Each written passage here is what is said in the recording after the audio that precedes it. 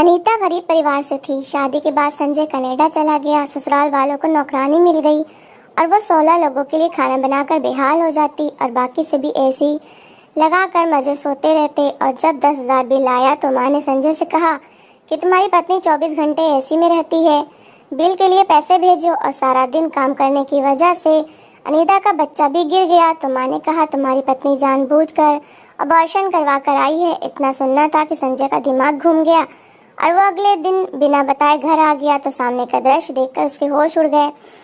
कमरे में लाल जोड़ा पहने वो आसमान से उतरी हुई कोई अप्सरा लग रही थी। घूंघट अपने चेहरे पर गिराए शर्माई सी वो बैठी संजय का इंतजार कर रही थी।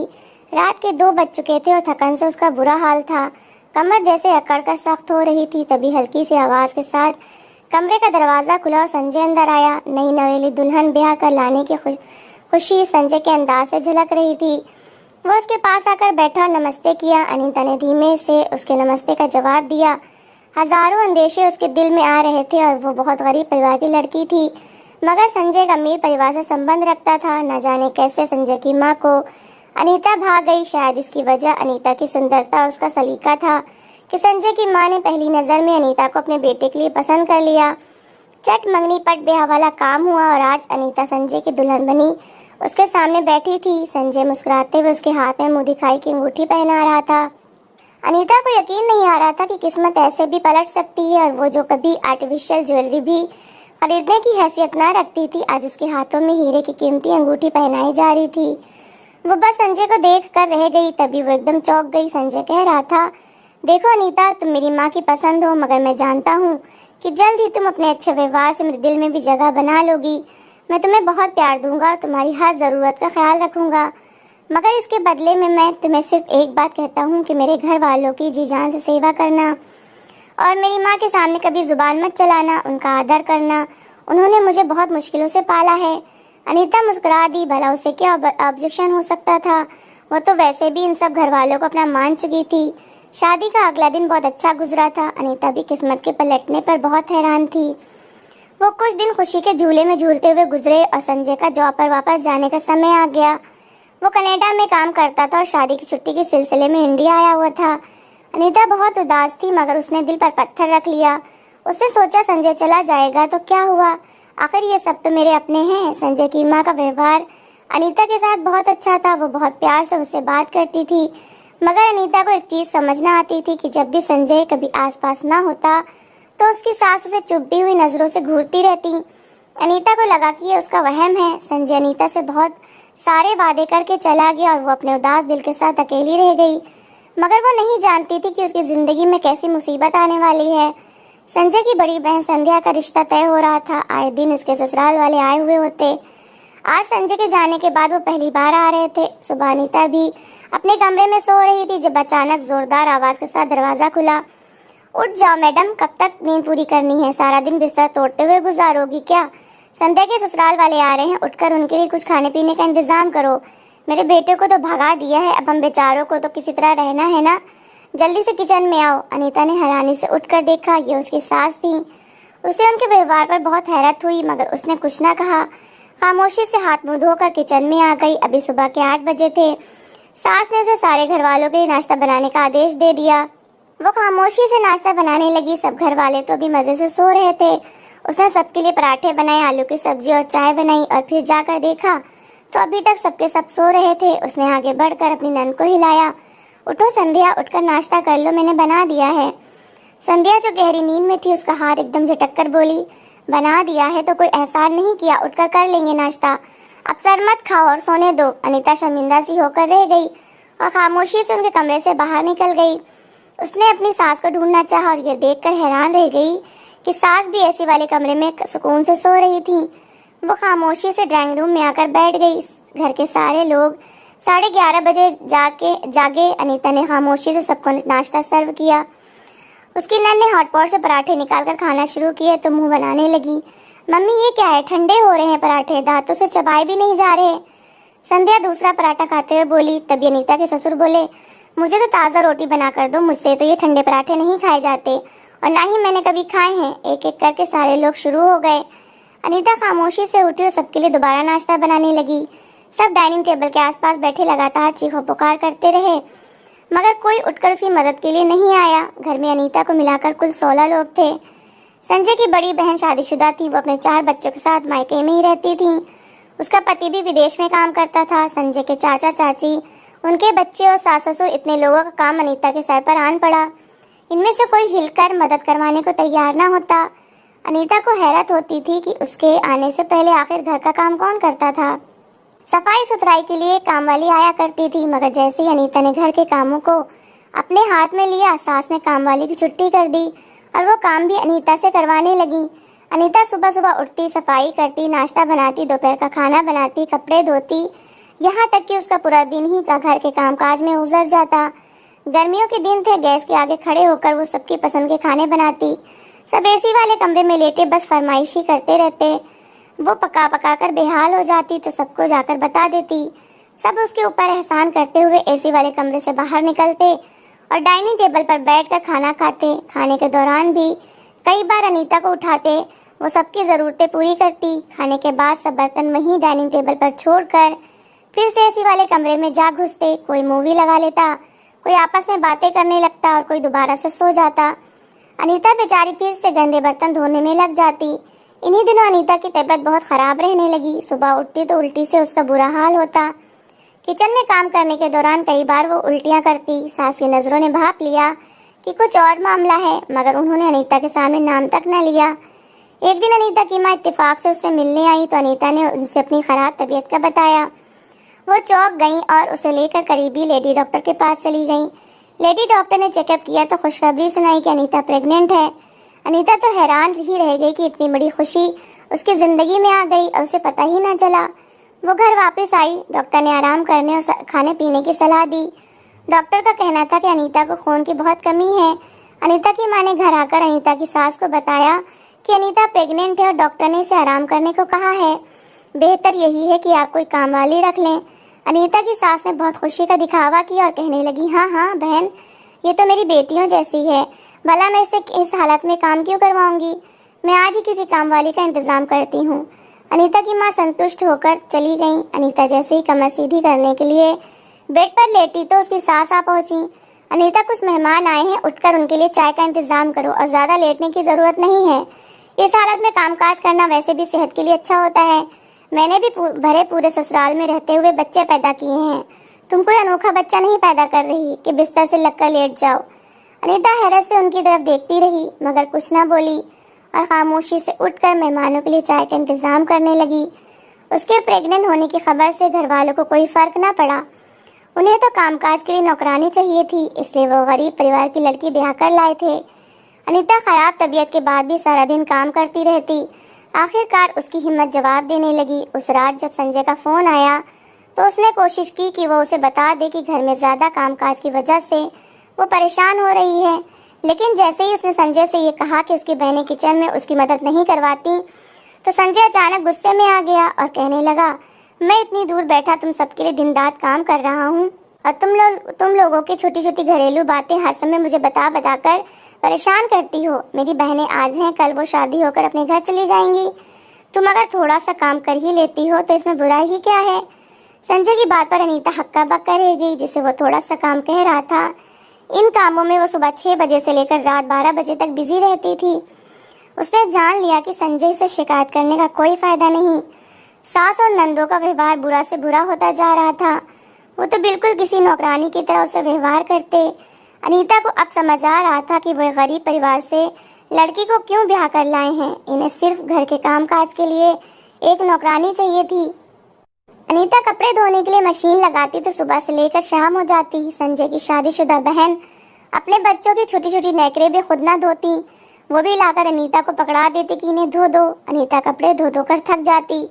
मशीन बंद करके अंदर जाकर बैठती तो सास को याद आ जाता कि खाना तो किसी ने बनाया ही नहीं। अनीता को 2 मिनट भी बैठने ना देती और किचन में भेज देती। रात जिस समय थक हार कर वो अपने कमरे में जाती तो उसे एक एक जोड़ में दर्द महसूस होता। इस दौरान उसे ख्याल ही न रहता कि उसने संजय से फ़ोन पर बात करनी है। फ़ोन उठाती तो संजय की कई कई मिस कॉल आई हुई होती। वो उसे बैक कॉल करती तो फ़ोन उठाकर कहता, तुम क्या करती रहती हो पूरा दिन। तुम्हारे पास इतना भी टाइम नहीं होता कि तुम 2 घड़ी मुझसे बात ही कर लो। मैं तुम्हारे आराम की खातिर ही यहाँ परदेश में रह रहा हूँ।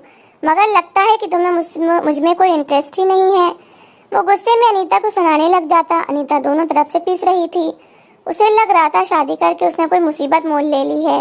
पति के साथ ठीक ठाक समय न गुजारने की वजह से इन दोनों के बीच बहुत फासला था।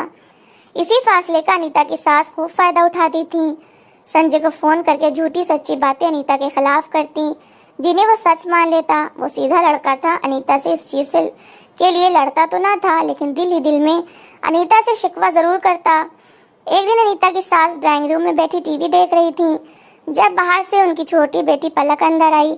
उसके हाथ में बिजली का बिल था और उसके चेहरे पर हवाइयाँ उड़ रही थीं।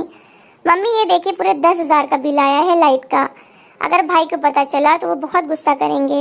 उन्होंने जाते समय कहा था कि उन्हें कारोबार के लिए पैसे जमा करने हैं, इसलिए हम अपने खर्चे ज़रा कम करें। पलक की बात पर माँ चौंक पड़ी और बिल उसके हाथ से लेकर देखने लगी। उनके चेहरे पर सोच की परछाई साफ नजर आ रही थी। तभी अचानक उनके दिमाग में ख्याल आया और उनके चेहरे पर मुस्कुराहट दौड़ गई। उन्होंने पलक की तरफ देखा और कहने लगी, जरा संजय को फोन मिलाकर तो देना। पलक ने ना समझने वाले अंदाज में मोबाइल निकाल कर संजय को फोन मिला दिया। जैसे संजय ने फोन उठाया, माँ शुरू हो गई, हाय मेरा मासूम बच्चा परदेश में दिन रात काम करके पैसा कमा रहा है, मगर तुम्हारी मेहनतों का कोई फल तुम्हें नहीं मिलता। मुझसे बड़ी गलती हो गई, मुझे माफ कर दो। मैं इसलिए गरीब घर की लड़की ब्याह कर लाई थी कि वो रुपए की कदर करेगी, मगर अनीता तो इतनी फजूल खर्च है कि वो तो तुम्हें कंगाल करके छोड़ेगी। संजय को कुछ समझ ना आ रहा था कि माँ क्या कह रही हैं। तभी उसने कहा, मम्मी हुआ क्या है, बताए तो सही, क्या कर दिया अनीता ने। माँ ने मुस्कुराकर पलक को देखकर कहने लगी, करना क्या है बेटा, सारा दिन एसी चलाकर कमरे में पड़ी रहती है। अगर मैं कुछ कहती हूँ तो रोने लग जाती है कि मैं प्रेग्नेंट हूँ, मुझसे कोई काम नहीं होता और गर्मी ज़्यादा लगती है। उसकी हालत की वजह से मैं भी ज़्यादा सख्ती नहीं करती, मगर सच तो ये है कि दिन रात एसी चलाने की वजह से लाइट का बिल 10,000 आ गया है। तुम्हारे पापा के पास तो पैसे हैं नहीं, तुम्ही को पैसे भेजने पड़ेंगे। बिल के पैसे सुनते ही संजय के होश उड़कर रह गए, लेकिन वो अब क्या कर सकता था। उसने माँ को तसल्ली दी कि वो पैसे भेज देगा, मगर उसके दिल में अनीता के खिलाफ एक गांठ सी लग गई। अगले दिन जब सुबह सुबह घर में अनीता के सिवा सारे लोग सो रहे थे, तो बड़ी नंद के ससुराल वाले आ गए।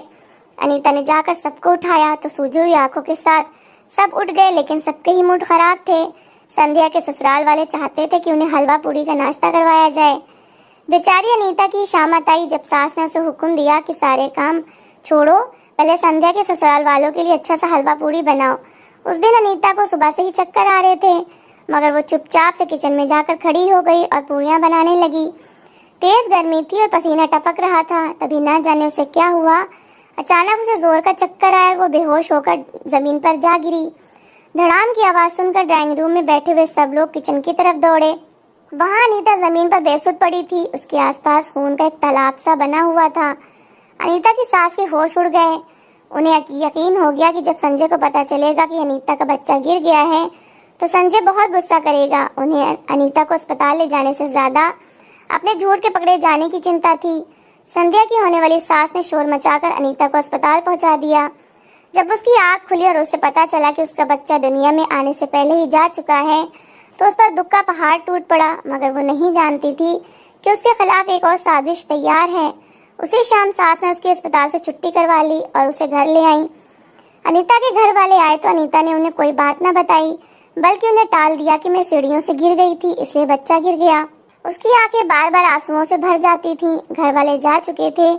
अनीता की सास ने एक बार फिर उसे चाय बनाने की फरमाइश कर दी, बगैर इस बात का एहसास किए कि अभी अभी वो अस्पताल से घर आई है। अनीता को बहुत दर्द था, मगर इसके बाद भी वो हिम्मत करके उठी और किचन में जा खड़ी हुई। वो जानती थी कि इस घर में उसकी कोई हैसियत नहीं।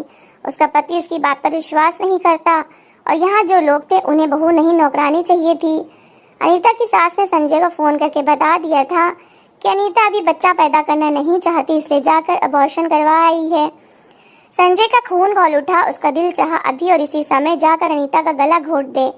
उसने बगैर कुछ कहे फ़ोन रख दिया। अनीता के साथ सास संतुष्ट हो गई कि संजय को सच्चाई पता नहीं चली, मगर दूसरी तरफ संजय ने अपना उसी दिन का टिकट करवा लिया।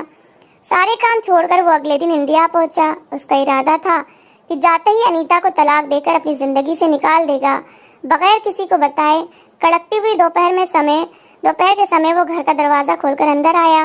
खाना पकने की खुशबू उसकी नाक से टकराई कि इतनी तेज गर्मी में मेरी माँ बेचारी किचन में काम कर रही है और अनीता अंदर एसी वाले कमरे में आराम कर रही होगी। ये इस लायक ही नहीं है कि इसे अपनी जिंदगी में रखूं। आज इसे तलाक देकर घर से बाहर कर दूंगा।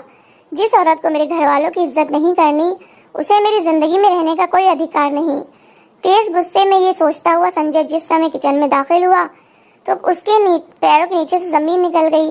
सामने ही अनीता खड़ी खाना पका रही थी, जिसने दोनों चूल्हे पर एक एक हांडी चढ़ा रखी थी। उसके कपड़े पसीने में भीगे हुए थे। उसे याद आया कि मम्मी ने उसे बताया था कि कल ही अनीता ने अपना अबॉर्शन करवाया है। अपनी मर्जी से अबॉर्शन के अगले दिन ही वो किचन में खड़ी होकर काम किस तरह कर रही थी। वो बार बार अपनी कमर पर हाथ रखती जैसे उसे बहुत दर्द था।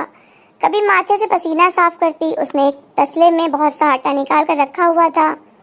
शायद अभी उसे आटा गूंदना था। जरूर भी रोटी भी बनानी होगी। संजय को किसी गड़बड़ का एहसास हुआ। वो अक्लमंद लड़का था। बगैर कोई आहट किए वो अंदर चला गया। अंदर पूरे घर में खामोशी थी। इधर उधर नजरें दौड़ाता हुआ आगे बढ़ा। घर के बड़े कमरे में 2 टन का एसी लगा हुआ था। संजय ने धीरे से कमरे का दरवाजा खोला। अंदर हल्का अंधेरा था। घर के सारे लोग इस बड़े कमरे में सो रहे थे। तभी अनीता की सास को लगा कि अनीता दरवाजा खोलकर अंदर आई है। उन्होंने पलटे बगैर ही जोर से आवाज लगाई कि आ गई मैडम साहिबा खाना पकाकर। कितनी बार कहा है कि जब खाना तैयार हो जाया करे तब आवाज लगाया करो। मेरी बेटियों की नींद खराब होती है, लेकिन तुम्हों की सुनती ही नहीं। अगर मैं कुछ कहूँगी तो तुम शोर मचा दोगी कि कल ही मेरा बच्चा गिर गया है और आज सास ने काम पर लगा दिया। तो मैडम सुन लो कि तुम्हें ब्याह कर ही मैं इसलिए लाई हूँ कि तुमसे घर के काम काज करवाऊँ, वरना मुझे तुम जैसी गरीब लड़की कोई ज़रूरत नहीं थी। मेरे बेटे के लिए एक से बढ़कर एक ऊंचे परिवार के रिश्ते मौजूद थे। अब जाओ और जाकर खाना पकाओ और इसके बाद घर की सफाई भी कर लेना। रात को संध्या के ससुराल वालों को आना है। उनके लिए कम से कम 4-5 डिशेस बना लेना। पिछली बार की तरह 2 तरह के खाने बनाकर सामने मत रख देना।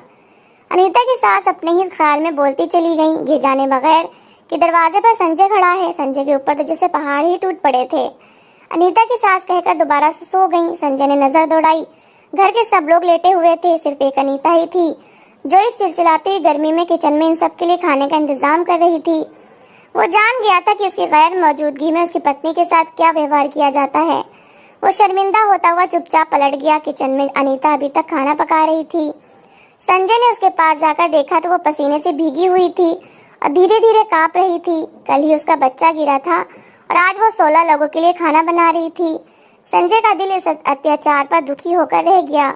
उसने अनीता को पुकारा। उसकी आंखें आंसुओं से भीगी हुई थी। संजय ने बगैर कुछ कहे उसके सामने हाथ जोड़ दिए। मुझे माफ कर दो अनीता, मेरी आंखों पर पट्टी उतर गई है। उसने अनीता का हाथ पकड़ा और रूम में ले गया। माँ ने जब संजय को अचानक देखा तो बौखला गई। जल्दी से उठकर उसके पास आई और बोली, बेटा तुम कब और कैसे आ गए? अचानक बताया भी नहीं। संजय बोला, मम्मी आपने मेरी पत्नी के साथ अच्छा नहीं किया। इससे सारे घर के काम करवाती रही, यहाँ तक कि इसका बच्चा भी इतना काम करने की वजह से गिर गया और आपने हमेशा मुझे इसके खिलाफ भड़काया और मैं भी आपकी बातों में आ गया। मुझे क्या पता था कि मेरी अपनी माँ ही मेरे साथ दगा करेंगी, मेरे बच्चे की दुश्मन होंगी। माँ से कुछ बोलते नहीं बन रहा था क्योंकि वो जान गई थी कि संजय ने अपनी आंखों से सब देख लिया है। अब झूठ बोलना बेकार था। संजय अनीता से बोला, अभी तैयारी कर लो, अब तुम यहाँ नहीं रहोगी बल्कि मेरे साथ चलोगी। अनीता रो रही थी। उसके आंसू साफ करता हुआ संजय कह रहा था और अनीता को यकीन नहीं आ रहा था कि किस्मत इस तरह भी मेहरबान हो सकती है। संजय उसी शाम अनीता को लेकर किराए के घर में आ गया और सास और बाकी घर वाले अपना सा मुंह लेकर रह गए। तो दोस्तों, इस कहानी को लेकर आपकी क्या राय है कमेंट बॉक्स में ज़रूर बताएं और अगर कहानी अच्छी लगी हो तो प्लीज़ इसे लाइक करें। अगर आपने अभी तक हमारे चैनल को सब्सक्राइब नहीं किया तो ज़रूर कर लीजिए। तो मिलते हैं ऐसी ही एक मोटिवेशनल कहानी के साथ। Thanks for watching.